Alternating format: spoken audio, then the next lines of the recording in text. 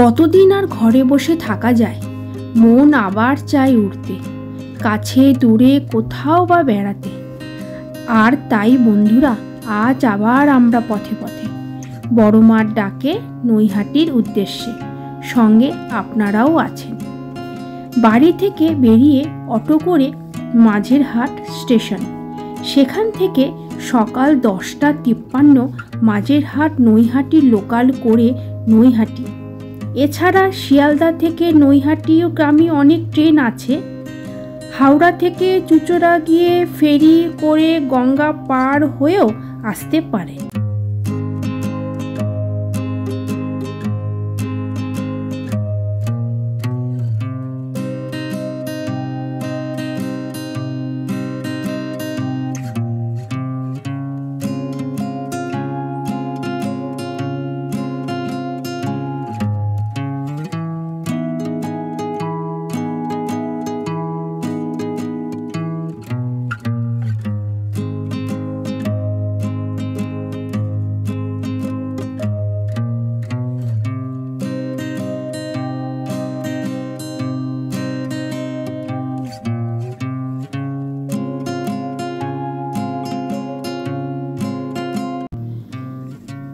গঙ্গার ধার দিয়ে টুকটাক নোনতা খেতে খেতে আমাদের যাত্রা।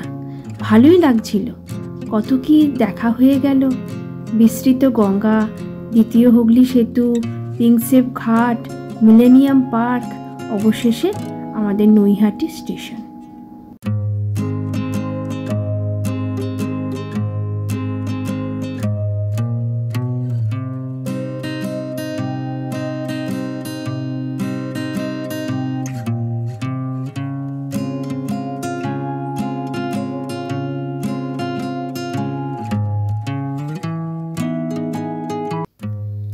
এক নম্বর প্ল্যাটফর্মে নেমে 1 নম্বর গেট দিয়ে বেরিয়ে সামনে রিক্সা স্ট্যান্ড।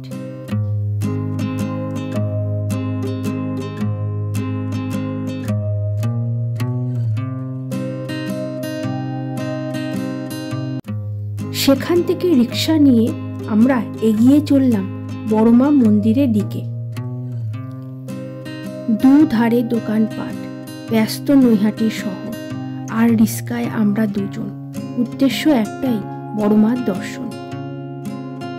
কিন্তু একই মন্দিরের সামনে পৌঁছে রিক্সা ভাড়া মিটিয়ে আমরা অবাক।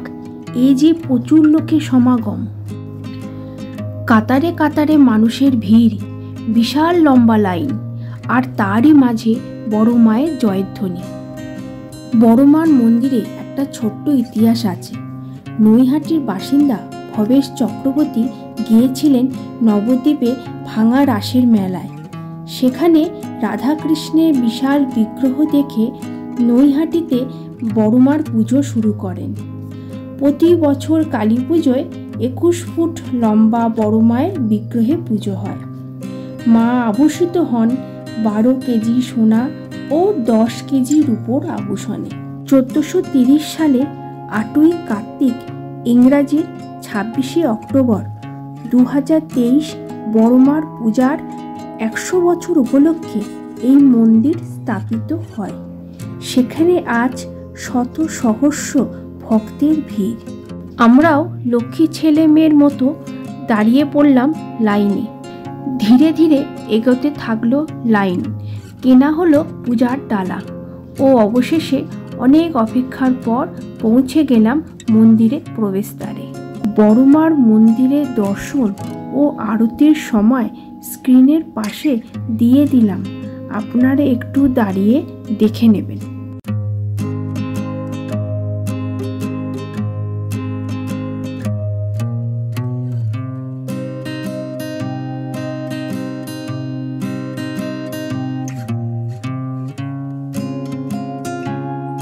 এইসব কথা ভাবতে ভাবতে কখন বড়মার সামনে পৌঁছে গেছি হুঁশ নেই। ঘোর ভাঙল বড়মার দর্শনে।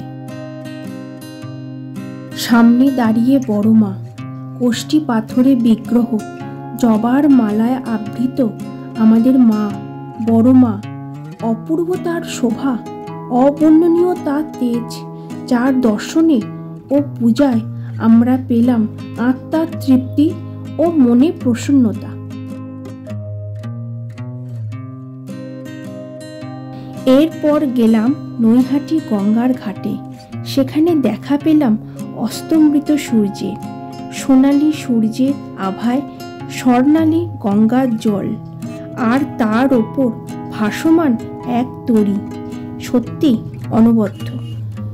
এরপর বাড়ি ফেরার পালা।